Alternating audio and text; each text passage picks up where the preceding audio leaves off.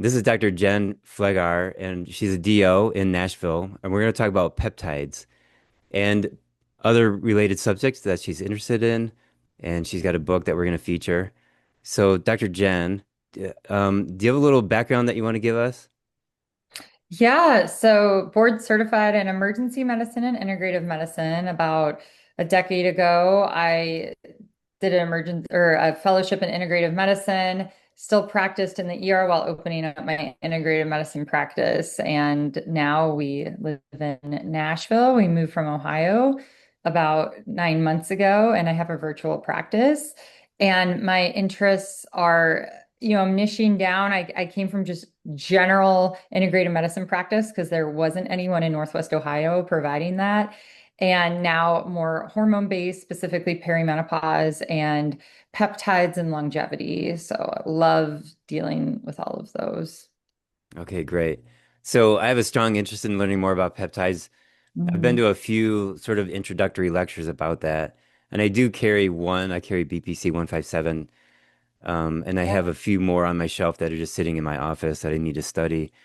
So, my focus has been on the seven-step blueprint to optimal health. And so, my current fan base, I guess you could say, are familiar with that because I've been talking about that since 2018. So, I want to share the screen and show this document where peptides can fit into the seven-step blueprint. So, let me blow this up a little bit more. So this was given to me by an MD. He also uses peptides. And the first step of the seven steps is step one, which is diet. And like you were mentioning, peptide prep. So what does that mean in your office? Yeah, peptide prep means you're not just gonna take someone, off the internet and say, "Hey, let's do peptides." And they're gonna eat the same, they're gonna sleep the same, they're gonna do all the same things, and you're gonna just think that peptides are gonna miraculously change all of that. I mean, that is what I'm seeing in the peptide world right now. We have influencers recommending peptides.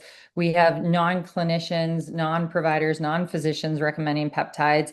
And I think peptides should be for everyone, but I also think that they can be used, they can be mismanaged, especially now that they're trendy.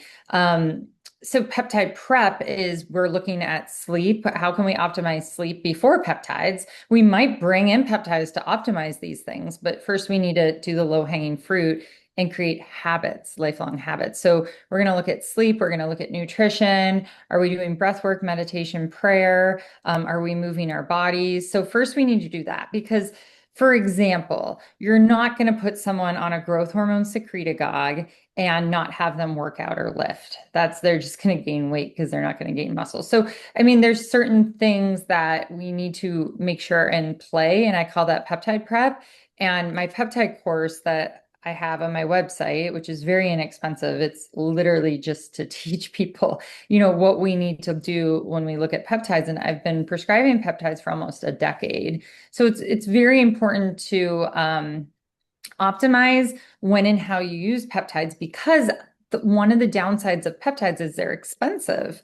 So we don't want to just use something expensive and not have it work as well. So I've felt like peptides work better when used appropriately. And a lot of this takes working with patients, it takes that gestalt and it takes that knowledge. And we're not seeing that. I know you see Dr. Schmidt, like, have you seen these influencers for peptides now? They're getting paid to like promote specific companies. It's almost like a pyramid scheme. It's very crazy.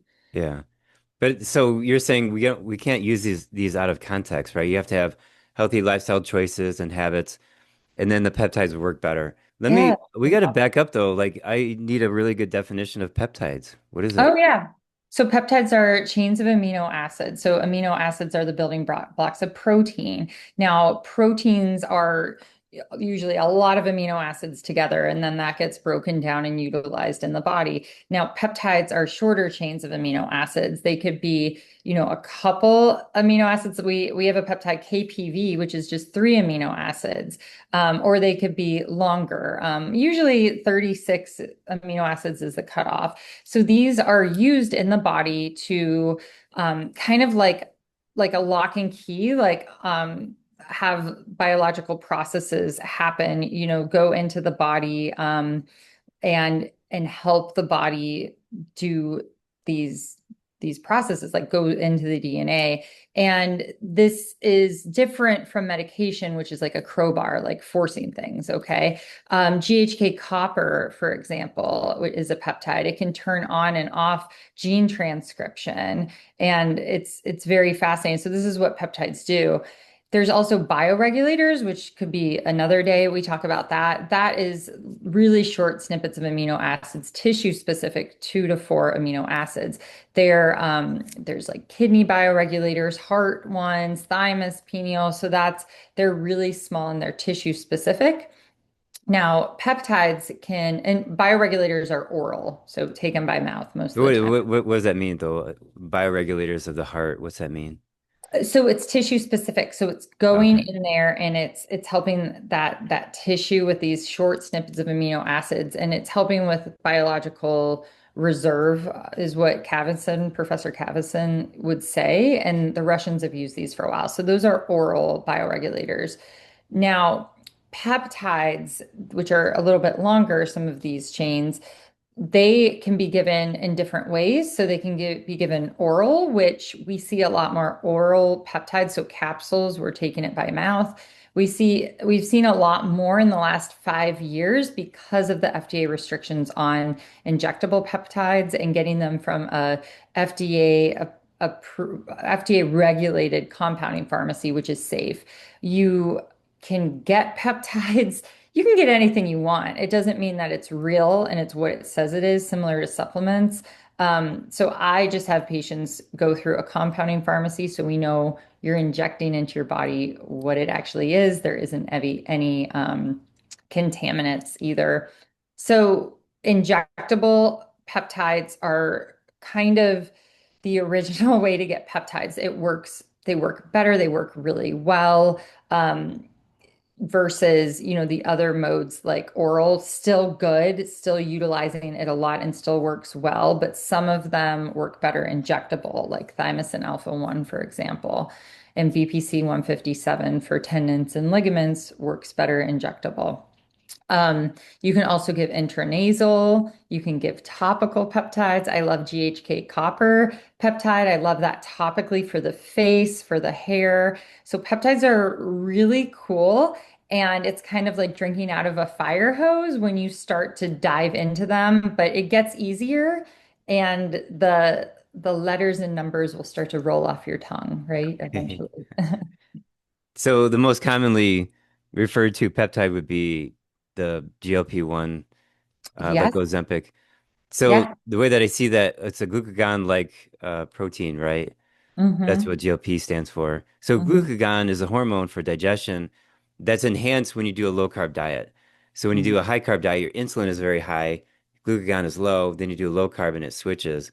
So that's how I see GLP-1. It's like these are uh, this is a medical therapy to try to mimic a low carb diet. Am I off Yeah. on that? Or is that correct? Yeah, or fasting or exercise can increase GLP-1. There's a probiotic in the gut called Anchormansia, and that can increase GLP-1 production in the gut. But you know what? Like we have seen that semaglutide and tirzepatide, they are doing a little bit more. They are modulating inflammation. They're Right. doing other things. Where I think we've hit a bad name for this was that too much at once and having it be a crutch because no one's changing their diet and lifestyle. Right. And this is because who came into the system? The drug companies. So they're the highest dose. Who knows what else is in there. That's why I use compounded with my patients. I know it's pure semaglutide, it's pure tirzepatide, and we are having them on the lowest dose for the short amount of time. And the patients that I'm using GLP-1s with, a lot of my women patients, they're in perimenopause. Maybe they have PCOS, they have insulin resistance, they've tried fasting, they've tried eating well, they've done all like the peptide prep, we've balanced their gut, we've done everything. We've even tried metformin, we've tried berberine, we've tried fasting, and they're stuck. And that will just help them get over that bump, help with the food noise, and have them get habits situated, get the habits incorporated into their life, and then we get them off and wean them off. And they're not on super high doses because what we've seen with the GLP-1s is that patients' body composition was changing for the worse. What I mean with that is they were losing muscle and not just fat. And you can see these people walking around, they look like baggy, saggy, they don't have muscle, and that we know muscle we need for longevity. So it's very interesting that, I mean, honestly, here's the hardest thing, Dr. Schmidt. Like anyone could get a GLP-1 tomorrow delivered to their house if they want, but it doesn't mean they should. And they're not doing it correctly. So my non-negotiables, if someone's starting on a GLP-1, they have to be lifting weights, like in the weight room, lifting weights. They have to eat protein. So 120, grams a day, try for 30 each meal. They have to be eating protein, which also means they shouldn't be on such a high dose of a GLP-1 that they're so nauseous they can't eat at all, which happens a lot if you go to a med spa or, get the prescription there, you can't adjust the dose. I'd like them to be on creatine, like a good creatine, 5 grams a day, and something called Pepti Strong, which is a peptide from the fava bean, which helps maintain muscle. So they have to be doing these things to maintain muscle mass because I do not want them to just lose weight. I want them to change their body composition, fix the insulin resistance is the big thing. That's a brilliant what you just said. So, but I'm assuming most doctors don't do all the things that you just said. They just put people on the drug and then good luck, right? And Yeah, they get the results. They get the results of weight loss, but a lot of it is muscle mass yeah. and it's out of Well, control. yeah, or they get like short-term weight loss and they're losing muscle and then they try to get off the shot and they gain the weight all back because Yeah. the food noise comes back because they haven't changed their body composition. It's just very interesting. The other thing that I've done recently with my perimenopausal women is that we might just do a low dose GLP-1 just during the luteal phase. So the luteal phase is that second half of the cycle where your body is a little bit more insulin resistant and you have those food cravings, which some women, stress or whatnot, they give into it. They eat a lot of sugar, they binge on sugar. So if they have a little bit of GLP-1, we just cycle it those 2 weeks. They do so much better. And this is what women are telling me. They're like, that is when I have my food noise. If I'm just taking it, then I do better. I can stay on my protein, on my diet. And I don't know. I just love it. I love syncing some of these supplements, some of these peptides with a woman's cycle because they're not like men. They don't have 24-hour same hormone release. It's different every day. And that luteal phase, we can look at papers, we can look at whatever people are saying on the internet, but women, when I'm working with women, they do struggle sometimes with that part of their cycle. And all of those studies, everything goes out the window because it becomes an emotional response, food does. And they're busy. So it's nice when we can use peptides to assist when they've been trying everything. Because I know you've probably seen this. Like you might not believe that a woman standing in front of you who's overweight has tried everything. You might think that they go home and they eat all day, but some of these women are at such a calorie deficit, they're so insulin resistant. Or I just had a patient that had mold toxicity, like so was gaining weight while eating at a calorie deficit. Their body's just holding on to all this. So sometimes we will use a GLP-1 peptides to get them over that bump and then they can start healing better. Yeah. But yeah, it's hard, and this is why we have to look at each patient separately, which is what you and I do versus the conveyor belt of conventional insurance-based medicine. Right. So when you're saying use it to get them over that bump, you're talking how long? Like they would be on that for a few months only? Yeah. Yeah, sometimes a Yeah. couple months. I have patients they stay on a low dose for a year.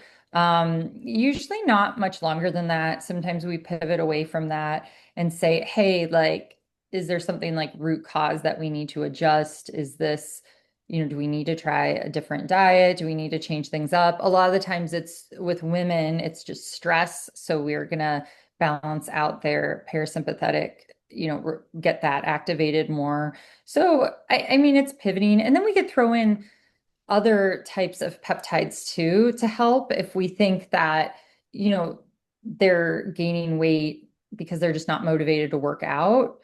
We can work on mitochondrial health with some mitochondrial derived peptides like MOTS-c or SS31. We could increase muscle mass with a growth hormone secretagogue, ipamorelin, CJC 1295, and as an example. Take that 5 nights a week to help with muscle growth. So there's different things to pivot from, but where I think the concern is that, I was at a conference with a bunch of DOs, and one of the older DOs, his alarm went off for his blood glucose monitor. And I'm like, oh, hey, like, how's that stuff going? He's like, well, I'm on the highest dose of Wegovy. I've lost a lot of weight. But then he was eating a donut for breakfast. And I'm Oh, like, you can't, like, that's not going to help. So this is a concern because I mean, now, like, honestly, we're at the point where anyone can get everything and anyone can put anything into an AI, and be an expert, but it's not wisdom. It might be knowledge, but we're lacking wisdom right now, I think, when it comes to peptide. right. Yeah, we're lacking wisdom in a lot of things. There's so Yeah. much data, single Yeah. data points everywhere, right? Like a Mhm. trial and a study and a survey and it's like, well, we'll put it all together into a system that makes sense. So having said that, if you don't mind, I'd like to go back to this um, list here because Yes. in my system, it's primarily around cleaning, right? Detoxing. So it's almost like step one and two are preparing for cleaning, and then the last step is cleaning the cells, and then Mm. step O is optimization for enhancing nutrition. But like, why would somebody take a, vitamin pill if they got 4-foot tapeworms in their gut or if they have mercury and cadmium in their cells? Yeah. So yeah, so you mentioned so energy mitochondrial enhancement for step two. You mentioned MOTS-c and then SS31, right? Hmm. Yeah, so give us a little rundown on what those are. Yeah, Mod-C, I would start with that one, and then you could always follow up with SS31. So they're mitochondrial derived peptides, and Mod-C, it activates AMP-K, so it helps with that metabolic flexibility, really good with fatty liver disease, really good with metabolism, and some people this helps with weight loss too, and metabolic support. I love MOTS-c for actually kidney disease. There's a lot of studies on this. I think that this is something that should be given to anyone with any stage kidney problems, because the kidney is one of the most mitochondrial dense organs. So it's very helpful with that. SS31. It also helps with mitochondria and like stabilizing the mitochondrial membrane. So that's also a mitochondrial derived peptide that's used. So that also helps with like the fatigue and the energy. So that could be part of that step one of your process, or are we on step two? But those That's- could definitely help with that because we're revving up the powerhouse of the cell and improving that. Okay, cool. And then for drainage, oral bioregulators. So when I say drainage, I'm talking about kidney function, liver function, lymphatic system, sinuses, Yeah, I lungs. could see that. Yeah, I mean, you could do some of the oral bioregulators. You could do yeah, kidney, you could do stomach, you could do different one. I mean, you could do pineal and thymus So for these, that. so the oral bioregulars are kind of like glandulars. Is that Yes. okay, Yes. good. Yes. Perfect. Yes. Yes. Yes. Yeah, so that could help for that. Also, if you go back to that, because that is Three. technically drainage. Yeah. Yeah, yeah. So then step four for support, yeah. So if you're doing more intestinal cleaning and you're going to be getting out like parasites and SIBO and Candida, is that what? Yeah, yeah. And ideally, I mean, ropeworms. I mean, Mimosa pudica seed is an herb that does a great job, but like I was hoping like some kind of peptide for support and assist. So you mentioned Yeah. lorazepatide and BPC 157. Yeah. So BPC 157, you would take it orally for that support, and that would help the tight junctions in the gut and support inflammation in the gut. So BPC 157 is is naturally occurring in the gut and very helpful. So that would aid with that. Also, lorazepatide really it is great for tight junctions. So if you have a lot of intestinal permeability, that is going to just seal it right up. Whenever I have like a stomach ache or I'm like, oh, maybe I ate something off, I always take a lorazepatide. Or if I thought I was like gluten bombed, I always travel with lorazepatide. So I mean, but lorazepatide is also, it's actually looking to get into a drug. It's in phase 3 trials through the FDA, which hopefully it's still available for at reasonable price when that goes through. But lorazepatide, it's also good for kidney. They're saying autism, Crohn's, ulcerative colitis, right? Because it's helping tight junctions of the cells. So it's helping the body do what it's supposed to do and only have selective permeability versus like everything is permeable because we're so inflamed. So that one's great. Also, KPV is great. That's that tripeptide I spoke about. So KPV, it's actually really good for inflammation, and I'll use it with gut health also. It's it's one that sometimes I will throw it in early on patients because it's really good for inflammation, especially like mold patients. Almost like antihistamine kind of Mm, response. So it's really helpful for that. So it's a derivative from alpha melanocyte, MSH, which is low in those mold patients, mhm. especially in their nares. So that one, I like that one. It just thinks it calms down inflammation. It's very good, like any acute inflammation, even like joint inflammation. I've had it work well on patients because it's anti-inflammatory. Nice. Awesome.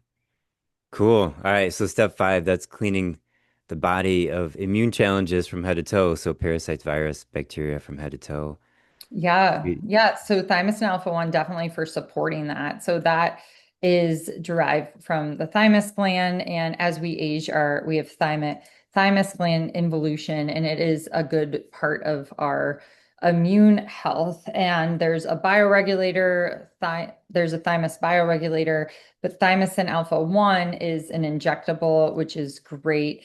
This is one that has been looked at well, during the pandemic. It was being used in China for patients that were very sick in the hospital, and it was working very well. Then the FDA pulled it away from the compounding pharmacies, and now we're able to get it at select ones again.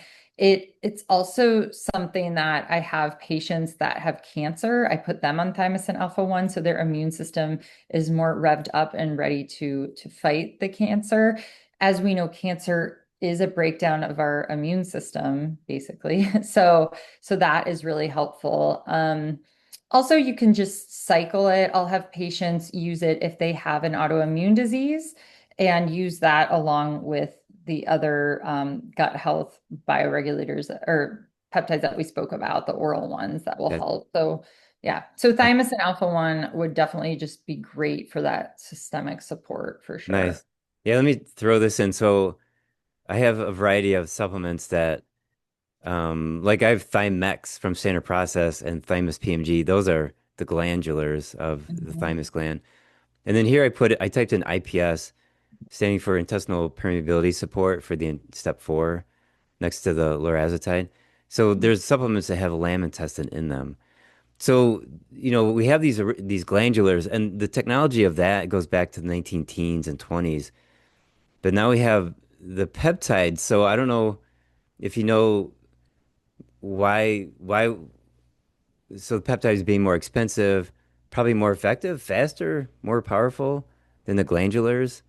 Do you have experience with glandulars? Do you have a comparison between the two Yeah. schools of thought? So my some glandulars that I've seen with patients, like, I like MP thyroid and stuff.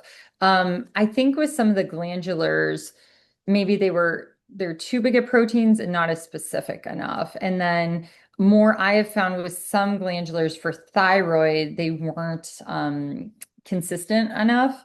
And they were very inconsistent, and that caused my patients problems when they would come to me on them. So I'm more, I think I just want it to be very, very specific. So that's my experience with more glandulars versus the bioregulators. They're just very self-specific. You know what you're getting, you know how they're going to work. So the thymosin alpha 1, um, It, that's a th- peptide, not a glandular. right, yeah. Hmm. So, and then like how large is that peptide? How many amino acids is that, do you know? Not off the top of my head. And so the purpose of that would be to rejuvenate the thymus gland? Like what does it do? Yeah, it helps support the immune system. So it's going to help, it's going to work like a thymic protein similar to the bioregulators. There's also thymogen that is oral. So it's going to help activate and support the immune system again, because when we age, we lose that thymus. Yeah, We lose that, and things like obesity, things like metabolic imbalance, and that can also cause our thymus and that immune health to decline. And this is aging too.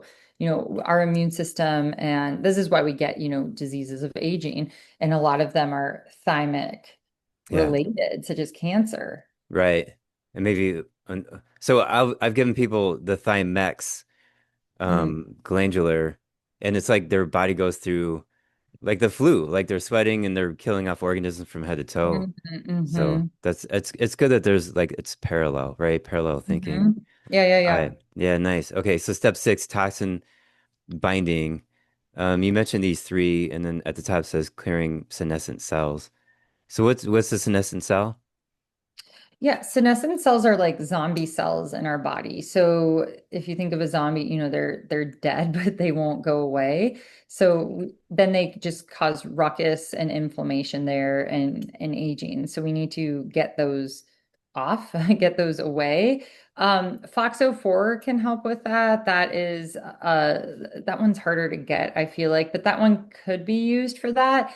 And it's important to clear these senescent cells that can cause inflammation. But really, when we look at clearing senescent cells, supplements work. So there's senolytic supplements that could help, that you use for 5 days of the month, that you take the supplements, the herbs, and that can help. Also, fasting can clear out senescent cells, and we call this the fancy word autophagy. So autophagy basically means taking out the trash for cells and clearing those cells.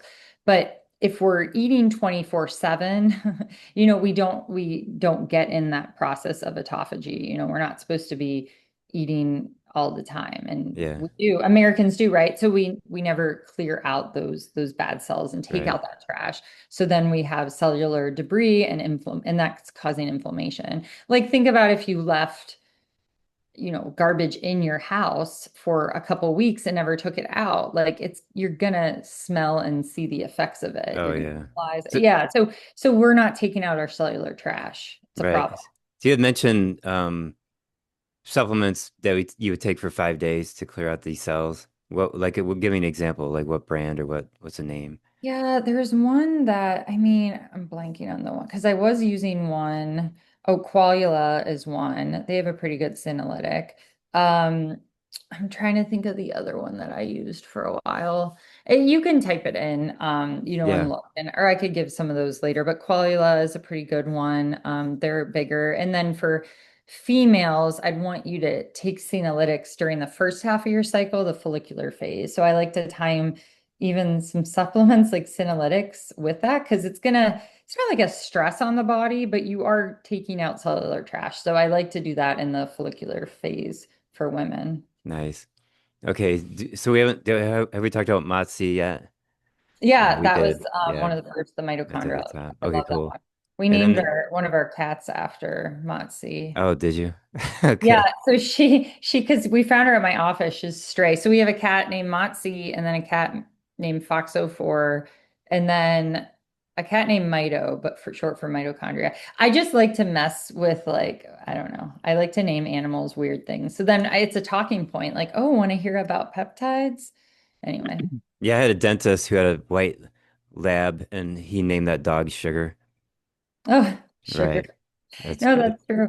Yeah, I mean, got to keep them in business because Yeah. Yeah. So then LL37. So tell us about that for yeah. cleaning out the inside of the cells. Yeah, so LL37 is a really intense biofilm disruptor. So it can really disrupt mitochondrial membranes. So in fungus, viruses, it's actually interesting. I was digging into studies because, I'm sure you're the same. What do we like to do? We like to read PubMed studies, for fun. But LL37, they actually, I hypothesize in the next decade with some of these really resistant candida fungal infections, the super candida you read an article about every once in a while on the news. Like, I think LO37 would be the answer to that because it is such a strong biofilm disruptor. This one, honestly, I don't use a lot. We were talking earlier about like how many peptides do I use? I'm like, well, probably like 20, but some of them not a lot. Like we keep them in the pocket. So you can get these intranasally. I have a patient that has really bad like Marcons in her nose. We've tried a lot of different things, and she feels a lot better after or when using the LL37. And after that, it really cleared out a lot of that. Um, you can also inject this too, but you really want to go low, start low, and go slow with this, and only use it, for a short time, like 2 weeks max. I mean, this is just a very strong one. And this is also, I couldn't imagine using LL37, higher up on your protocol list because you'd feel miserable. You would get a Herx reaction. So this is something that is like like if something's chronic, you would use LO37 for, hand in hand with your doctor and use it slow because it is so strong. Okay, interesting. Hmm. All Yeah, right. and I've had colleagues that have, used it too fast, too early, and like not good reactions to that. So you definitely need to use it. Just give this one the respect that it deserves, I would Yeah. say. And just do the other 6 steps before that so your body's prepared for it. Hmm. Okay, so here's step O, optimization. So the idea of step O is to add in minerals and glandulars to support the body as they're going through detoxing. And then when they're done cleaning the body out, just some maintenance. Does the term peptides fit with the term maintenance or Oh, yes. optimization? Yes. Optimization, longevity, fun stuff. So you could do TB 500. So this is basically thymosin beta 4, we like to call it. And this is for like repair. So you could do this with BPC 157 is like a Wolverine combo, they call it. So, your patients are feeling good, they're optimized. They're like, okay, I want to start lifting and I want to lean down and just look so good and I want to optimize. So you could put them on that. You could put them on a growth hormone secretagogue, such as ipamorelin, semimorelin, CGC 1295. So you could do that 5 nights a week, 2-day break, which, talking about just everyone's a peptide expert right now. We were out to dinner with some friends and this guy really buff, really gym rat, and he's like, "Oh yeah, I'm taking, I think he was taking Sarah Moreland." He's like, yeah, I take it just every night. Or no, he didn't even take it every night. He took it in the morning. I'm like, okay, first of all, you need to take it the best time to take it because it's a growth hormone secretagogue. It helps your own body secrete its growth hormone. We're not giving growth hormone. You want to take it at night on an empty stomach because that's going to mimic the natural pulse of growth hormone between 10 p.m. and 12 a.m. and 5 days a week, and then off too, because the receptors need to reset. They need that break. If you're just on the gas pedal, that's not good. So that's another thing about peptides is you do want to rotate them. You don't want to have your foot on the gas pedal all the time. Um, so those are great. A fun one for optimizing, like if you want to optimize sexual function would be PT 141. Love that as a nasal spray. You can inject it. It's actually FDA approved drug for female climatic disorder. But one of the side effects of injecting it is nausea. So kind of defeats the Mhm. purpose. So I get good results with patients using it intranasally. and add oxytocin in there, a little oxytocin. And male and females can use that like 30 minutes prior to intercourse. So those are some fun ones. 5-amino-1-MQ, that is a peptide for mitochondrial health. So also some lipolysis or fat burning properties. That is an oral pill that you can get, oral peptide that you can get compounded. So 5-amino-1-MQ is great. That one is like, I feel like I have some patients where they're like, I love it. I want to be on it all the time. It's great for me.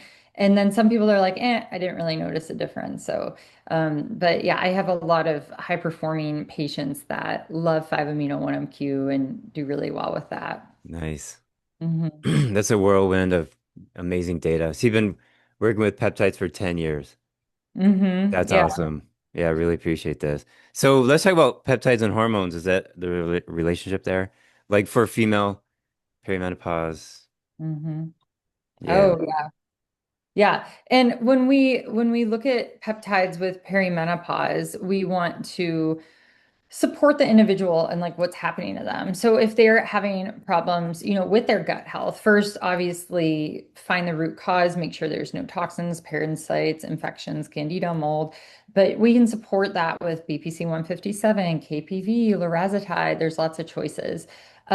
Women that are aging, their skin changes. We're getting older, our skin's changing. So GHK copper peptides are great for that. So it's GHK is the tripeptide, and then copper, it has a high affinity for copper. So that's why it's going to look blue. So there's scalp GHK copper, you can put it on your face, there's cream for the body. It's actually in the studies, they've shown that it increases follicle um, growth and the diameter of the hair follicle growing. It helps with wrinkles, it helps with skin damage, and it also helps with wounds. So I always carry a bottle of GHK copper with me if we're going on vacation, anything, because it helps with wounds, it helps with sunburn, it helps with aging. So my kids know what it is and they know to use it. Um, so muscle loss, I would say, Pepti Strong, it's an oral peptide that is from a plant peptide from the fava beans. That's great for muscle growth and recovery. Um, Joint pain and inflammation, which comes with age, BPC 157 injectable, KPV can help with that. And then the growth hormone secretagogues that I spoke about, and then um, tirzepatide and semaglutide, the GLP-1s, that can help, in perimenopause and with hormones while we're getting hormones balanced, while we're fixing diet and stress, which is rampant in midlife for women, then we can layer in some of those to support them. But yeah, so all of those are helpful just depending on what's going on with the individual patient. I think that's key too, to come up with these individual plans and rotating them and moving through midlife hormones and then into longevity is the goal. I want to talk about pricing. So the injectables are more expensive than the oral, right? But the Yeah. injectables are going to be more effective. Give us the like ballpark figures for pricing on both oral and injectable, and then the Mhm. sprays too, intranasal. Yeah, yeah, yeah. Yeah, it depends. So you want to go to an FDA, a compounding pharmacy that has FDA approval, okay? And make sure you're getting what you're getting because there's actually been like some in Ohio, there was this med spa that got shut down because they were getting semaglutide from China, and then injecting it in there like, oh, you have to come in once a week for your shot and charging hundreds of dollars. And it's who knows if it was even what they said it was or if it had contaminants in it. So it's very interesting. But I would say for like the GLP-1s, they're a little bit more expensive. Like per month, it might be, for $400 to $500, depending on the dose you're on. MOTS-C, yeah, $400 or $500 for 6-week course, but you're only going to do that 1 to 2 times a year. Intranasal PT-141, I think a couple hundred for that. So wait, when you Where, say 4 to 500 for a 6-week course, meaning the whole 6 weeks, is yeah, that much? Okay, not per yeah. shot. Okay. Yeah, yeah, not per shot. Because that's the thing with my patients. Like you get the vial. It's a multi-dose vial. You keep it in your fridge. You're drawing it up yourself. It's individualized for a lot of these, and they have the control and the power, right? They have to draw it up. They have to inject it. The oral peptides are going to be, 100 to maybe 150 for 30 days worth. So yes, less expensive. You want to take those on an empty stomach, and that's the thing, like you want to make sure you're doing the other things. Like if you're eating gluten, which opens up the tight junctions and activates solulin, and then you're taking lorazepam for your gut inflammation, which blocks solulin and tightens up the tight junctions, that doesn't make sense. Like yes, you'll feel a little better, but you're like, why are you spending money on this? So this is where it's not just I'm gonna I'm gonna just take them and I'm gonna be better for it. You have to do work like everything in life. But I mean, not to say you can't take all the peptides you want and have a horrible lifestyle and eat however you want. It's just it's not going to be as effective and they're expensive. So we want to respect that these things cost money and use them properly and get safe peptides too. Yeah, nice. Yeah. All right, cool. Anything else that you want to say regarding hormones? Sure. Yeah. Hormones, perimenopause, just make sure you're working with someone that has proper training and is testing appropriately, not just going by symptoms. If you're getting a topical application of hormones, you need to be testing saliva, not serum. So a lot of different tips and tricks when it comes to hormones because we still have to have knowledge and make sure that we are getting the right care. Because with the explosion, as you have seen, of integrative and functional medicine, everyone is opening a wellness, practice, but they might not have the training and they might not Right. have the experience. So you can still get burned, and I see it a lot. So we just, that's why people are listening to your YouTube. They want to be informed. So grab a copy of the Perimenopause Reset, and I go through like a lot in there about hormones and how to get hormones safely, how to navigate midlife too. Yeah. What's your favorite lab test? You said saliva, but what brand? I'll use ZRT or doctor's data. Yeah. Okay. And I guess Vibrant just came out with their saliva hormones, so I want to see them. I want to use a few different too, just make sure, keep it not one-sided, but I usually use ZRT and they're Yeah. really good. Yeah. Yeah, I've had women come to me regarding hormones, and I say I don't really deal with hormones. I mean, I'm fixing up organs, and organs can be happier and work better, and then hormones can balance. But if you want some kind of a, estrogen, progesterone cream or whatever, go see a good doctor.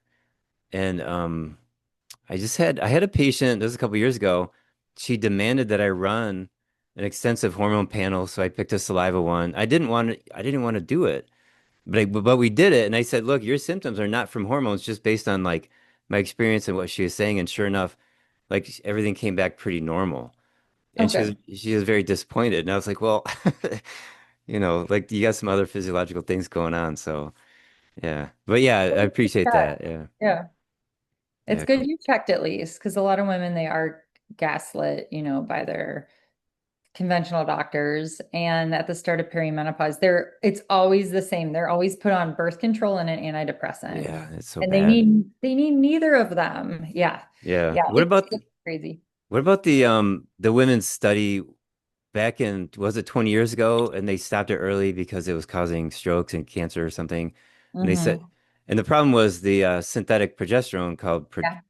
what was Progesterone. it? Hmm. Yeah, and so like, and now they're saying, oh, that was a mistake. It was totally safe, and we should start doing it again. Yeah, the Women's Health Initiative was awful. So they were using estradiol, which is bioidentical, but they were using progestins, which actually have thrombus formation and effects on the heart. So progestins, they're still prescribing them, is not progesterone, which is bioidentical. So that is Yeah, that was devastating for women's and women's health. And I will still see women overdosed on estradiol, and some still getting it oral, which is crazy. Now they're pushing the patch, which, if you look at the ingredients on an estradiol patch, it's all derived from petroleum, which is an endocrine disruptor. So all the patch ingredients that you're putting on your body twice a week, you're literally applying endocrine disruptors versus a compounding Mm. pharmacy where you can get a cream, which, has coconut oil based cream and non-petroleum based, Versa based is very non-toxic. So, like I said, follow the money and see where all these patch pushing patch pushing. I like that actually. Yeah. All these they curate female physicians for this agenda. Um, I'm very, very hesitant on this, but yeah, so this is what I'm combating. So wait, so the Misinformation. problem was 20 years ago, I thought, well, okay, the problem is progestin plus the estrogen, the estradiol. And that Mhm. was what was causing, major pathology, right? Yeah. But Yeah. but why are and is it was it true or was it false? Because now people are saying, oh, that Women's Health Initiative was a disaster and it's totally fine to do progestins. And I don't know what the Oh, confusion is. I don't no. what No. so what are Progestins are the problem. right. So now people are saying, well, the Women's Health Initiative, that was a problem because they didn't use progesterone or a bioidentical, they used progestin. That's the problem, right? Yes, yes, that's Yeah, the okay. problem. And but it's crazy still because it's almost like, when doctors said that smoking was healthy and they let you smoke in the doctor's office. So it's almost like these doctors like have to die off before we, Oh, you know, totally. Yeah, yeah. yeah, science advances by funerals. That's a quote from a Oh, long time that's ago. funny. Oh, I like that. Yes. And I mean, we saw this with the pandemic, and this is just like a whole thing. So, because I still see women just if they don't have a uterus. So this is the thing. If you get a hysterectomy and they just put them on estradiol without progesterone, and that is not good either. Our body needs progesterone. It's a balance. We need it for breast health. And that's another thing I'm still seeing is I'll have women come to me and they're like, "Well, I don't need progesterone because I don't have a uterus, so I don't need to protect that from, endometrial cancer or progesterone." I'm like, "Well, what about your breasts?" So that's another thing that another hurdle. And I always go low and slow with hormones. Women are also being way overdosed on testosterone. These testosterone pellets are like a big thing in med spas, and that is very dangerous and unnecessary. So we're just seeing a lot of craziness right now in the hormone world. So there's a time when there was a multi-level marketing company pushing progesterone cream, and there was a Mm, woman, she was trying to get everybody to buy it, including men.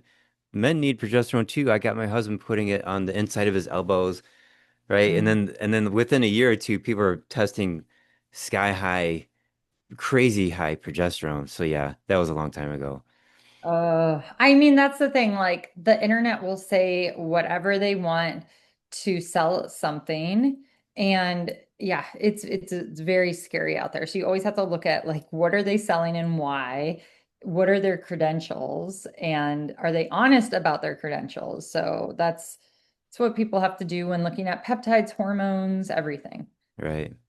You mentioned your book. Where can people get your book?